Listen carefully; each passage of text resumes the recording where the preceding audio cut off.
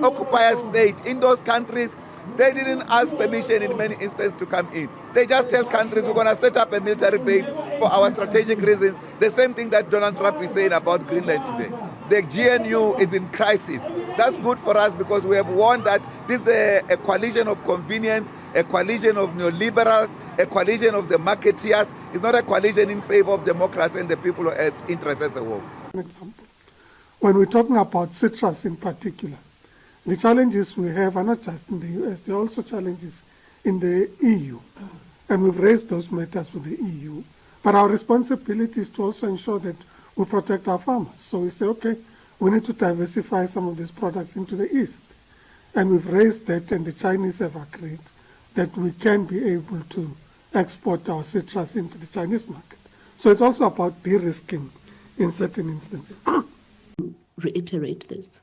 Again, at the heart of why the Democratic Alliance entered the government of national unity is the understanding that the ANC is incapable of themselves being able to lead this country into an economic trajectory that benefits South Africans. They've shown us in the past 31 years that they're unable to do so. And we know for a fact that if they were to work with the EFF, that would even result in a more disastrous conclusion altogether for South Africans. And that's why we've been fighting so hard. Said at the beginning, when we said the ANC must set up a minority government, at the beginning we said there are options for setting up the minority government. You can work with the EFF and other parties. You'll get about 50%. And you can remain in the progressive camp, so to speak. The EFF is not reactionary like the DA. So there's not even a debate about this thing. But to the extent that they want to clap us out the same as the EFF, it's unfortunate. But the ANC made a political and ideological choice, for that matter, a unilateral choice, a class choice to work with the DA. They must leave there altogether.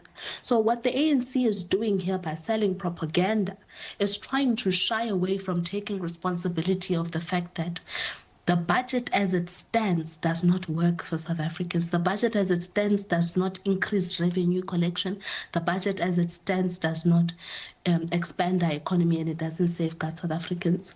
And because they politically cannot spin their way out of it, the only best solution that they can is to try to spew propaganda to say the Democratic Alliance wants concessions here and there about other things. So that's just. Well, we wouldn't want to comment on the internal processes of the United States. As we understand it, it still has to go through their own internal mechanisms. So we won't comment as yet until we have officially received the agreement, the accreditation requirements, and we'll then take it from there. But we note it at this stage.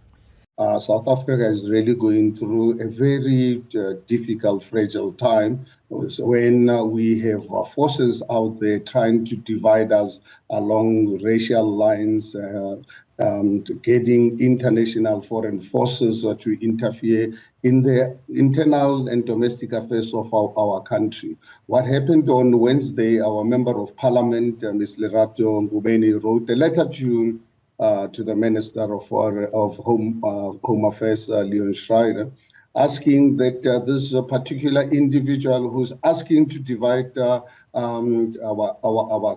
country, asking for the cessation of the Western Cape, asking the minister not to award him the citizenship because he's got permanent residency.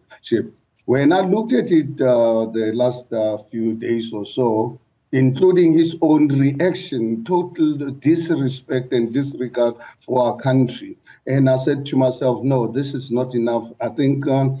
Ngobeni's request was generous.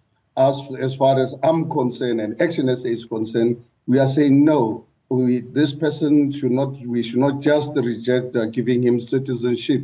We must actually revoke his permanent residence because the Citizenship Act of 1995 does grant the Minister of Home Affairs the right the prerogative to revoke his permanent residence and actually declare him a persona non grata. We send him back to his country. Let him go out to his own country, Britain, where he can also ask for cessation of any part of England, not here in South Africa, because it's not going to happen. This is the man that is causing unnecessary tension amongst us in South Africa, because the Western Cape is not going to be ceded to anyone. South Africa will have the 9 provinces, whether people like it or not.